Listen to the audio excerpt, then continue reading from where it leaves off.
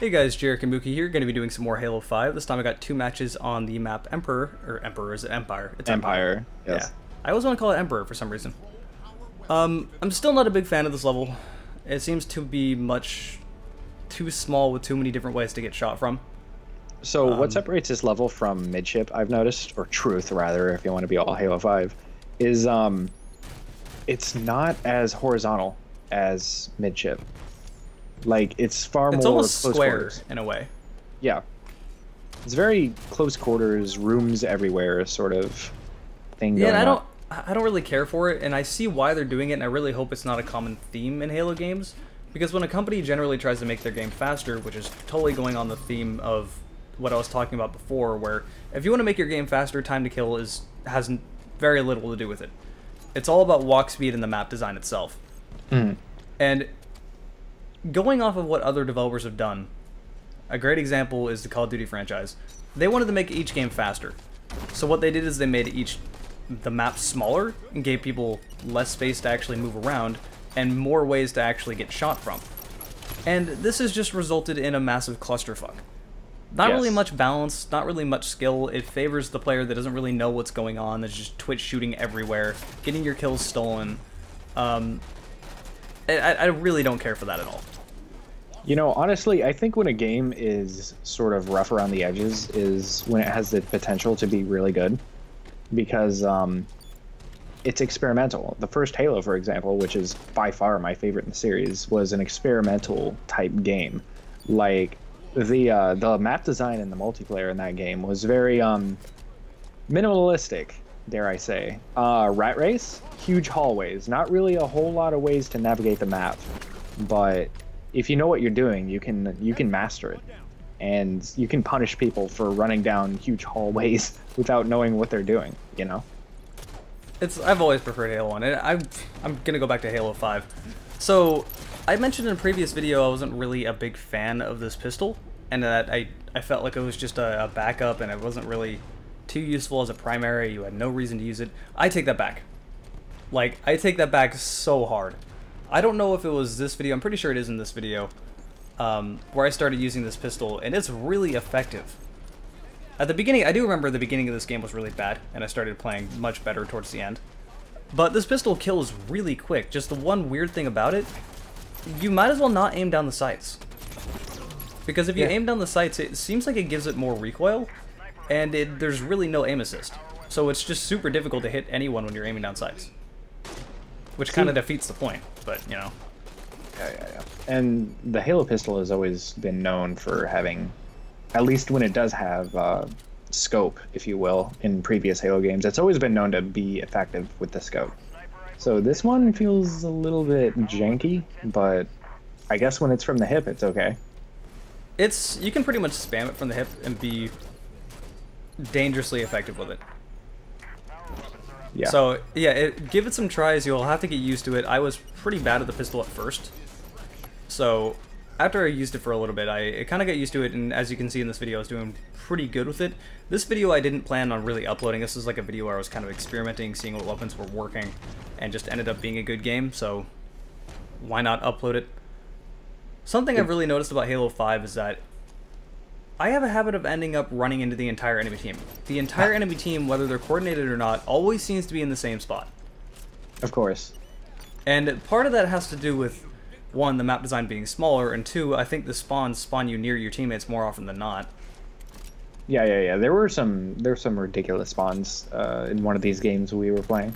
This map, the spawns are kind of fucked up in this map, to be honest. I have spawned in front of people a lot. It's not quite Call of Duty bad, but it's bad enough to be a problem. And I think they've done the best they could do, but when a map is this small, what can you do? Yeah, seriously. This map's very arena shooter. Not really in a good way. Yep. See, and this is what I was talking about last video, ground pound is kind of useless. People will easily avoid you, and you drop their shields, but now you're screwed, really. So, you know, like I said, I was more or less not planning on uploading this. I was just kind of experimenting with things and seeing what worked. Had a decent game as things went along. Why not upload it? Of course. But yeah, that pistol. I'm so glad they brought back the 12-round clip. Yes. Although I'm pretty sure I'm not shoving a clip into the bottom of the gun. Or magazine. I've gotten corrected on that like 3 times within the past couple of days. And I might as well go ahead and I think I've pretty much talked about everything I could talk about when it comes to Halo 5. I might as well start answering questions that you people have asked, because I have been getting questions from people, and I would like to reiterate. If you want us to answer your question, leave a question down below in the comments, and I will try to answer it along with saying who actually asked the question in a future video. Okay. Alright, so this one, if you could add one game mode to Halo, what would it be? And this is an incredibly easy answer for me, gun game. Yes. I want gun game in every shooter ever. I've ranted about this before in many voiceovers. It is my favorite game mode. I absolutely love gun game, and I love Counter-Strike for popularizing it. I really don't have much more to say about that. It would work so well. My goodness, the whole enemy team. I did not want to do an assassination there, but it worked. They do have gun game in some Halo PC servers. Yes, I yes. have noticed that. I think I've actually uploaded a few videos of those. It's so much fun. Like, it's the most ridiculous fun. Although I don't know how don't know how you really can balance in gun game when you have plasma pistol. Of That's course. when it gets. I mean, you got to do the charged melee. Yeah. I mean, it could work, but getting up to the plasma pistol would be like the last weapon, I suppose. Yeah, I don't know. You'd have to experiment with that. Either way, I'd love it to be around, because gun game. Yes. I love gun game. I'm not even that big of a Counter-Strike fan, but I love Counter-Strike for making that. Yep. So, there was something else I was going to say. I forgot what I was going to say, so let's just go on to the next question. We were talking about guns, so this is kind of fitting. This is asked by Zzang1847. I saw your vlog channel in a shooting video. You mentioned you own a Maverick 88, and I was wondering what other firearms you own and why you chose such firearms instead of other similar guns. I own a few. I don't own a ton because it's, I just do target shooting. I don't really have much reason to have other things to be spending money on. As you said, I do own a Mossberg Maverick 88. That's basically a cheaper version of the Mossberg 500. Mossberg pump action shotgun, not much more to say about that. Shotguns are fun. When I'm going target shooting, typically the guns I'm shooting are normally slugs out of my Mossberg, because slugs are so fun to shoot. Just a massive ball of lead. It destroys anything. Aside from that, I own a Walther P99, a Ruger 1022, and the most interesting thing I own is an FS2000. You own an FS2000? I had no idea. Yeah, that was not me buying it, because those are fucking expensive. The way I actually got this was because a family friend passed away, and it was in his will to me. I am not sure why, because I honestly didn't know him, and I mean, I don't want to say anything negative towards him. I have no opinions about it. I just didn't really know him, so it was kind of a surprise. I guess the logic must have been that he just didn't know anyone else into guns, and no one else in my family is really into it, except for my older brother, which, don't trust him with guns, he's stupid. No offense, Gabe. Yeah, I mean, he kind of has anxiety problems, so I definitely wouldn't trust him with that. Of course. But yeah, that's definitely my, like, child gun. I don't shoot it a whole lot, but I haven't been shooting a whole lot for a long time, because ammo is expensive. But hey, there was the first game. 22 and 4, pretty decent game. Let's go ahead and skip over to the second one. Alright, so the next game, this is where, I think the first game you weren't in the first game, and this is the second game where you were in this game. As I mentioned before in previous videos, teamwork is really important in Halo 5, and Oh, yes. Everything suddenly becomes so much easier when you're playing with someone else in your party. Yes. Like, way more so than previous Halo games. Granted, I think that I do that a lot. If you didn't notice, when I jumped, I threw a grenade. I'm not sure why that happens. I don't do that in any other game, but it's like when I press left bumper, occasionally I just throw a grenade, even though that's not the control scheme I have set. Okay, I was about to ask. I was about to ask what control scheme you have set, but maybe it's like some weird input thing. Yeah, I'm not sure why it does that. It's kind of strange. And that's the annoying shoulder bash, where you're sprinting and want to melee, but no, you're going to shoulder bash forward. Yeah, it takes some getting used to. Like that has launched me into dangerous situations so many times. Yeah, it's kind of blah. But I don't want. Well, what's wrong with pressing the boost button to do the shoulder bash if you want to, and keeping melee separate? Yeah, who knows? I mean, it's a kind of thing where like you can boost after you do a shoulder bash, to kind of get back into cover, I suppose. But at the same time, like, I wouldn't have had to do it if I didn't shoulder bash to begin with. yes, precisely. So, I don't know, it's annoying. But let's go ahead and go to questions again. This question is asked by Infinite Sorrows 21. That's the most Linkin Park-esque name I've ever heard. Sorry. As a gaming commentator, how do you difference yourself from other typical YouTubers, like the creatures PewDiePie and every Minecraft-only channel ever? I like this question because this goes along with some strong opinions I have. Do not try too hard to entertain people. Please do not. Because a lot of that just turns into you yelling into the microphone for absolutely no reason whatsoever, being loud and obnoxious. If PewDiePie played freaking Halo, he'd be like, explosive barrels. So, you know. It's really annoying how YouTube commentators are, and that no-scope, totally unintentional. Well, it was kind of nice.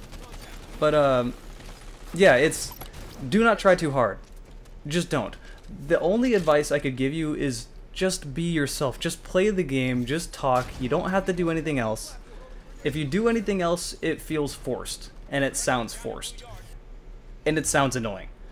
See, and this goes along the lines of also people like Markiplier, who everybody loves, but I absolutely despise. He used to be kind of okay. And this grenade throw. Jeez. That was just a perfect grenade throw. He used to be kind of okay, but nowadays all he's doing is just every single time something happens in the game, he starts yelling. Please don't yell. Yell when you are legitimately excited, otherwise it's loud, obnoxious, and it kind of ruins the moment where you legitimately got startled. I will say, I think the Grumps have a pretty decent flow to their games. They're a very good example of what you're supposed to do. No one's really forcing anything, they're just being themselves. Yeah. And when someone starts yelling about something, they're legitimately yelling about something. And it's pretty funny. I'm a fan of the Grumps. What can I say? See, I don't even really watch them that much. I just have respect for them. They do occasionally like do sort of like skits, I guess, during some gameplay. But aside from that, most of their stuff is legitimate. But yeah, that's the only advice I could give you. Don't force anything. It's actually pretty simple to do what you're doing here. The way you get yourself out to be a little bit more popular, one of two ways. One, just keep posting, because I mean, the more content you throw out, the more people are going to notice it. No one's immediately going to suddenly become popular upon your first video. This takes years of getting a fan base. That's the hardest thing for starting anything, is getting people to follow you. So just keep posting and people will notice if you are posting good content. The second thing is, if you want to be original, you have to do something that other people have not done. And what that means is completely different for every single person. I'm not really necessarily doing anything different aside from the fact that not too many people have Halo 5 right now, but if you're just going to keep posting, this is fine. People watch that want to watch.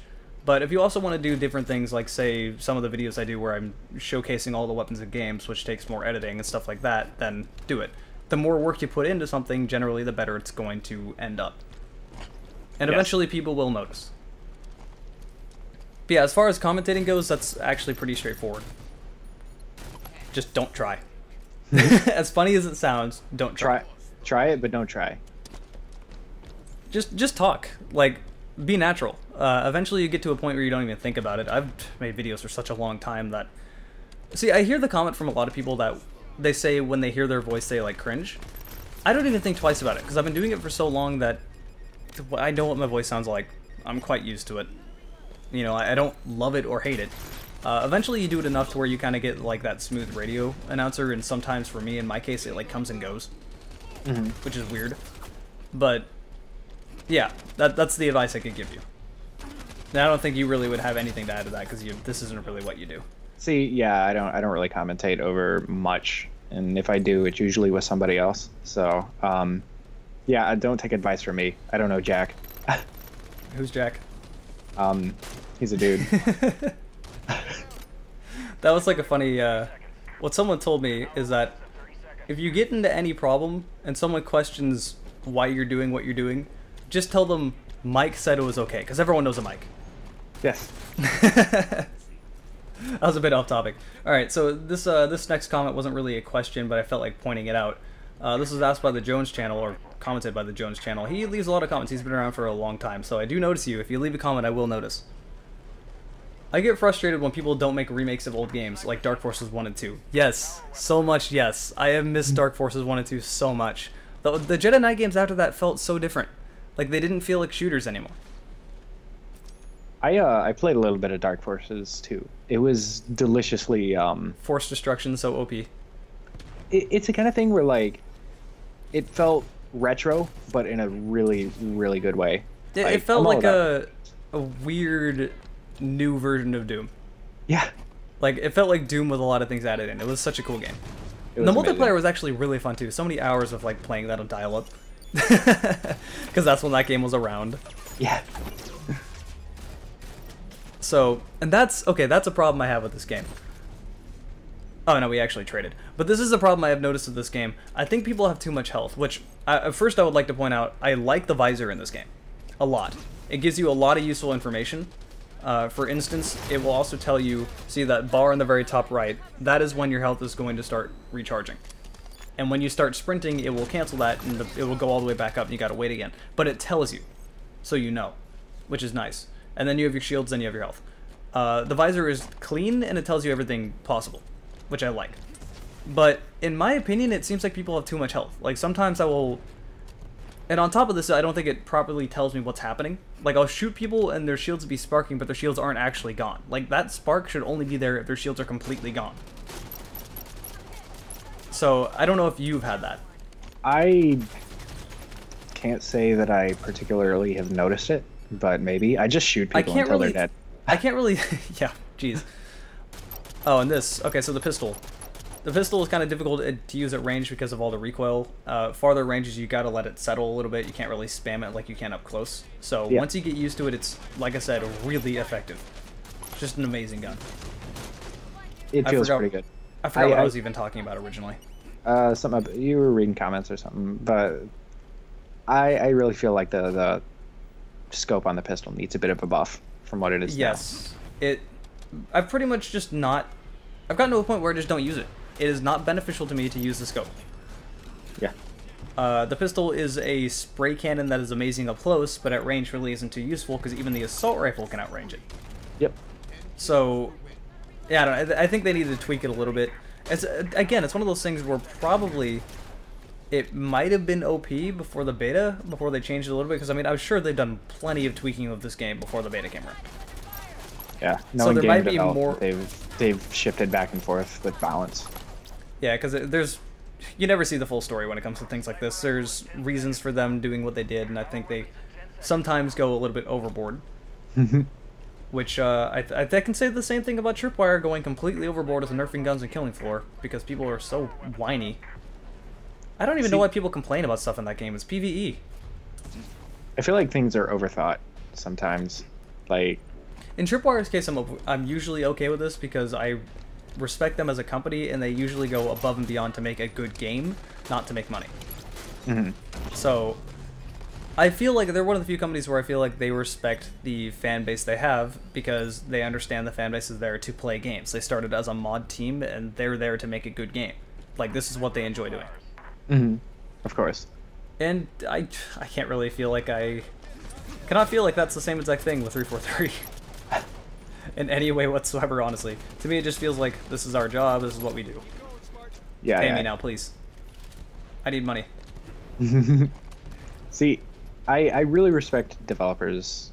I feel like we've had this conversation before, who are there to make a good game and not necessarily there to put money in the CEO's pocket. And sometimes I don't even know who to get mad at because it's like you don't know if you need to get mad at the developer, the publisher, or both. Yeah. Like in the case of Battlefield 4's major fuck up, I don't know if it was... I'm going to go ahead and merely assume EA being the devil. Of course. Oh, that assassination. Suddenly out of nowhere. I seem to run into the enemy team more often than not. It's very easy to get separated from your team in this game. Apparently not, because the other team is always together. I don't know why. I always run into the entire enemy team. Everyone's always come together. There's been so many cases where, like, my entire team spawns on the other side of the map, and I'm just sitting there with 4 red dots on my screen, and I'm like, guys, help, please. Guys, help. Uh, um, this game is, like we've mentioned many times, faster paced than previous Halo games. Yes. But I feel like it's... Oh, this is the final kill of the game. Let me just melee that wall first. But it's faster paced, and I feel like because it's faster paced, you can get away with sitting still off the radar if you know there are too many enemies around to approach. Which I'm glad of, and I'm concerned of at the same time. The reason I'm happy with that is because it gives you some way to fight back when numerous enemies are around. You can stealth it. And the reason I'm not happy is because it immediately reminds me of Call of Duty corner camping. Of course, of course. Although, I feel like that's not nearly as effective in this game because enemies have so much more health. Yeah. Yeah. And as soon as you start killing one person, everybody else is going to take note and just team up on you. Yeah. Usually you get that one kill, and then sometimes you accidentally do a betrayal, or... betrayal, yeah. Sometimes you accidentally do an assassination when you don't want to. Yeah. It's beautiful. Anyway, 26 and 4. Pretty okay game.